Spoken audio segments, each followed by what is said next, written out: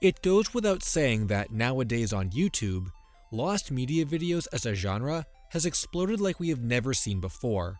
It seems like new channels are popping up all the time, covering both old and new topics, on top of veteran channels from other genres crossing over and covering stuff that fits under their umbrella too. But before we even reached this point with lost media's popularity, back a few years ago, there were a lot of new content creators who have now become names for themselves in the genre, like All Things Lost, Sakura Stardust, and Sewer Reviewer, to name a few. But still, if we stretch back the timeline even farther than that, we reach the inception of lost media on this platform, and where all the interest in covering topics came from in the first place. In fact, we have to reach so far back into the timeline, I would consider this piece of community history to be lost in itself. The knowledge and documentation of the early years that is not easily accessible or widely known by current-day users. So it got me asking the question, who were the oldest lost media YouTubers and when did they start making content? Now, if you do a search for lost media on YouTube, and you set the dates back further and further in time, you can actually find some really old videos that use the term lost media, but no channels that specifically focused on it or talked about it like we do nowadays. For the purposes of our research, we're looking for channels that had at least a lost media type series, even if they didn't brand themselves entirely in the genre. But even with this criteria, the lost media wiki as we know it today didn't even open its doors until late 2012, so you might not think there were actually any videos directly about lost content that existed on YouTube back then. Well, there actually is. What I and some of my colleagues consider to be the earliest, truest lost media dedicated series is Melting Man 234's Forgotten Media. The first episode was originally posted on January 21st, 2011, more than a year before the Lost Media Wiki even existed. What makes this series different and more lost media-esque than a channel like Yuri of Wind or Beta 64 is that it feels distinctly different compared to covering what was cut from a game, and discusses a wider variety of topics that stray from the video game formula. While some episodes are less focused on lost media, and sometimes just bring up media that is generally obscure, there are other episodes that specifically cover unproduced or missing content. Back when I was in high school, I definitely remember coming across a few of the video game themed episodes and being blown away by this concept of content I never got to experience. To this day, Melting Man is still making new episodes of the series, and I've come across a lot of other users that remember the older videos too. A few of his most popular uploads have over 200,000 views, which honestly is insane for the early 2010s. It really was a gateway into this sort of lost mindset, though without a doubt, does feel like it also pays homage to Yuri of Wind and other contemporaries of the genre back then. But interestingly, Melting Man's Forgotten Media series would maintain itself as one of the leading quote-unquote lost media series for quite some time, for the next 4 years in fact. Despite the creation of the Lost Media Wiki in the following year, and even the existence of a Lost Media Wiki YouTube channel, the site itself did not make videos about lost media, and while a few videos did name the website itself, there were no other content creators or even original producers that talked about articles from the website at the time. The wiki itself, though, was buzzing in its earlier years, and if you look back at the old captures on the Wayback Machine, you can see a lot of articles for classic topics that were added during this period. However, the mainstream attention that would eventually be put on the wiki was not there yet, and that wouldn't be until a few years later, on February 28, 2015. Of course, this video needs no introduction, and is basically the father of all the attention and publicity lost media got in the following years. That video is Blame It on Jorge's Top 40 Lost or Banned Episodes of Kids Shows. Now this video itself was most people's entryway into the idea of lost media, and to this day, I still don't know how I even came across the video. Back in 2015 when I was avidly watching YouTube on my Wii U, it just so happened to show up in the recommended videos when it was a new upload. But I wasn't even watching cartoon content at the time, and I certainly wasn't watching lost media content because that didn't exist. So it's just one of those unexplained coincidences that changed the course of history. Though it would be a little disingenuous to say it was this video alone that grew the community, as Jorge did release a series of lost media videos at the time that all got really popular, creating a rabbit hole effect that led fans to spread out and look into all sorts of different content, eventually leading them to the wiki. But not only that, I think it was specifically the topics he picked that stuck and resonated with people who watched his videos back then. He wasn't covering abstract stuff or shows nobody had heard about before. It was mostly all content from our childhood, or at least shows that we would have known about back in the late 90s and early 2000s. It was this new way to experience old shows that personally got me to look closer at these topics and uncover everything I never saw from these shows before. Not to mention, it also inspired other YouTubers to cover their own pieces of lost media that were interesting to them. And that leads to the next lost media YouTuber that was indeed there early on. It was thanks to Bray and Miles that we even found this guy at all. This user is named JT Plays and created a series called Lost Media Moments, with the first episode having premiered on March 5th, 2015, a few days after Jorge's video. He made about 10 numbered episodes of the series, but continued releasing videos under the title as late as 2022, though even his most popular uploads rarely broke 1,000 views. The videos were really short in their length, featuring no vocals and only text, as images of the topic would occasionally pop on screen. Even though these videos didn't have a wide or lasting impact on the greater community, considering how small lost media was back then, I wouldn't be surprised if these small view counts did bring in new people to the community, as there wouldn't have been a lot of other content to engage with at that time. Interestingly, JT Plays is still active and uploading content to this day. However, it's Let's Play content and doesn't have anything to do with lost media. Then, about a week after JT Plays started releasing videos, I myself released my first lost media video called The Mystery of Metroid Dread on March 13th, 2015.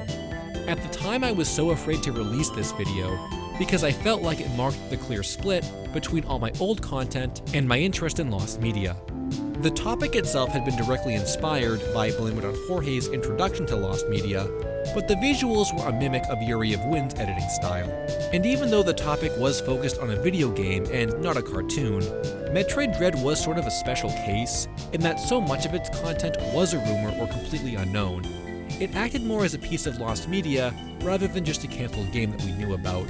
I tried hard to scour back through old interviews and grab sources, which was new for me at the time, and I would later expand upon with my Kablam episode 29 video that came out in May, and was received so well that it nearly cemented my transition into lost media content, though that would take a little more time to fully achieve.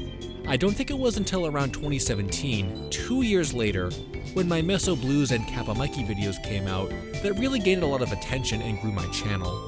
Though I feel like that was a reflection of how small lost media was back then. Jorge was a big channel, so his videos did well, but as for everyone else, I was in the same pool with them, just trying to cover any Lost Media Wiki articles that were interesting to me.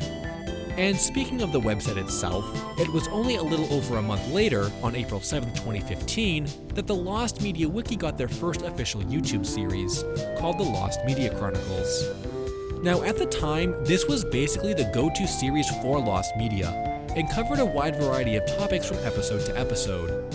It was also the first series that really had a personality attached to it, and was hosted on the website itself. Fans and contributors of the wiki really liked having information presented to them in this way. Back when I first started making lost media content, I would follow along with this series as well, as a way to research what the community was interested in, and how exactly the information was being presented, lasting for 75 episodes and ending in December 2020, which is sort of strange looking at that date, because I thought the series was way older than only 5 years. I could have sworn they were making episodes when the Lost Media Wiki was first formed, or at least before I started making lost media videos at all, but I guess they came a month after me, which makes comparing these dates so much more interesting. But if Chronicles was not your thing, there was another on-screen personality that covered a wide variety of topics directly from the wiki, named the Cartoon Catastrophe. While Chronicles was officially endorsed by the Lost Media Wiki, Cartoon Catastrophe was also friends with the community, so his videos got promoted around the site too. I remember this is how I came across him and checked out some of his content, specifically the topics that Chronicles did not cover. Cartoon Catastrophe even talked about a couple topics I made videos on, so it was fun directly seeing someone else's take on the same subject, and was also pretty rare to come across at this time, as again there were just so few creators around and so many topics to cover. Catastrophe's first lost media video was published on July 1st, 2015, and was fairly consistent with new episodes until he started shifting focus away from Lost Media, and then YouTube altogether, with huge gaps of time in between his later videos, with his last upload having been 11 months ago. This is another smaller creator that had a smaller, more niche audience, and eventually left the genre as a whole. But during his peak, Cartoon Catastrophe definitely helped spread awareness for some of the classic topics that are still a source of fascination nowadays. So in that way, you could even say he was ahead of his time. Now, around this time during late summer 2015, another YouTuber would throw his Lost Media hat into the ring, with a video that was so hyped up, people claimed they skipped school just to watch its premiere. That's the legend anyway, and it was in relation to RebelTaxi's A Day with SpongeBob video. While RebelTaxi is not specifically a Lost Media channel, it wouldn't be right to go this entire video without talking about his influence on the Lost Media community. In the early 2010s, he made a lot of videos that indirectly talked about Lost Media, with one of his oldest series being his top 10 failed animated pilots, with the first upload having been posted in September 2013, right in between Melting Man and Blame It on Jorge. However, in my opinion, it was his A Day with SpongeBob video that finds its place in this timeline. In fact, I remember coming across a lot of smaller channels having made videos based on that movie, but RebelTaxi's was without a doubt the biggest and most iconic of this era, concluding with that famous troll at the end revealing that he did not actually have a copy of the movie. And I think it was this video specifically that cemented the broader interest people had with the topic. Then much later on, RebelTaxi made a series of iconic videos like the Rhapsody Street Kids Believe in Santa one in December 2016, which has nearly 1 million views. And even to this day, he does still occasionally make Lost Media videos. As a side note with the wiki itself, it was also this point in time when the final shift in old and new wiki was taking place, as the last search members of A Day with SpongeBob slowly migrated to the newly established forums. Despite all of the Lost Media videos that were on YouTube up to this point, the community itself was still very small with its active members, and my worry was that leaving the old site would effectively kill the search progress being made on A Day with SpongeBob. Because even earlier than this in the lore of the community, there was a lot of division in just the simple choice to become an independent website rather than stay where we were with Wikia. But ultimately that final jump cemented the final severing between the wiki's old identity and the new one it wanted to achieve. It was definitely for the best that things turned out this way, and it's funny to look back on this now and see that I actually disliked the forums back then and preferred those old article comments, which is so weird considering I love the forums so much nowadays. Another content creator that was ahead of his time, maybe one who you could even credit as being the first big-time Lost Media exclusive YouTuber, has a name you all know well, before vanishing and deleting all of his content, only leaving bits and pieces behind of his influence. That user is none other than ShroomTube. This was a series that would cover individual topics from the Lost Media Wiki, largely focusing on cartoon and animation content. Some episodes were a little longer, like around the length of one of my early videos, while some were much shorter, more akin to the length of Cartoon Catastrophe. In fact, a lot of it was very similar to the stuff I was covering at the time, and in some ways I almost considered him a rival. For some reason, I thought I had remembered his content predating mine, but it might have just been 2016 when our content felt like it was competing. Without a doubt he did have a fan base, as is evident by the amount of effort viewers have gone through to archive his content, as like I said before, it was all deleted, on August 16th, 2017, according to a YouTube video that discusses it. I've heard this was because he was just burnt out on Lost Media as a whole, and previously had been given a hard time for reading wiki articles word for word and not crediting them at all. A large portion of his content has been saved, but it's not complete, so I'm not sure when his first Lost Media video was actually posted. Based on what I was able to find about his early uploads, I believe the first one aired on October 9th, 2015. This is on account of a Daily Motion upload of the 9th episode that was originally aired on December 4th, so I counted back 9 weeks and made it to early October. But that's assuming he did upload one video every week, so perhaps the dates are inaccurate. Still, ShroomTube is remembered as one of the early greats. Then shortly after ShroomTube began uploading, another user named OneFishMob started a series called Lost Media Files, which began on October 23rd, 2015. I had never heard or come across this user back in the day, but looking at his channel now, nearly all of his videos have over 1,000 views, with some over 10,000 and even one over 250,000. He referenced the articles from the Lost Media Wiki very heavily and would put minimal visuals on screen, but it seemed to be effective, as those view counts show. I'm sure some of these videos did help spread the interest and awareness of the topics, and once again, pulled people into the community from this side of YouTube. Fishmob is also still fairly active to this day, but doesn't seem to make any more Lost Media videos from what I can tell. And then came Bedhead Bernie, who was very well known back during this era for his documentary-styled videos. In a way, he sorta had that spooky vibe as Blame It on Jorge did, but focused on individual topics instead. Bernie's videos were always edited well, and often covered popular topics as a way to be a definitive resource for them. The A Day with SpongeBob videos are a good example of this. And I'm pretty sure, just like Cartoon Catastrophe, Bernie's videos were also endorsed on the Lost Media Wiki itself. I remember first interacting with Bernie around the time I hit 10,000 subscribers, and being amazed that I was acknowledged by such a prolific creator in the community. I even read some quotes for his Freaky Flickers video too. I never knew Bernie too well, but I heard that he got burnt out on Lost Media at a point, and then rebranded with a new channel. I'm also not sure when his first ever Lost Media video was posted, since I think he did delete a lot of content over the years, but the first one that's still up on his old channel is from October 31st, 2015, so at the very least, he does still fit into that 2015 timeframe, if not from earlier in the month. And this is where the timeline concludes for that first year of Lost Media content on YouTube. However, there is one more channel, or maybe community itself, that I need to give credit to. A group that came up during the research for this video, and one that has been around since before the Lost Media Wiki existed, since before Melting Man 234's Forgotten Media series, and was maybe even the birth of the idea of Lost Media Online. As of this video, it's the earliest dated community I can find that dealt with Lost Media and archiving content. So in those searches on YouTube for Lost Media from before 2015, you might come across a video called Lost Media Archive on Channel 2 News. In modern times, the Lost Media Archive refers to a fandom page that the main Lost Media community used to host the site back in 2012, but was then abandoned and migrated from years later. So to see the term archive used in this way made me think it was a parody of the fandom or something, but that's not the case at all.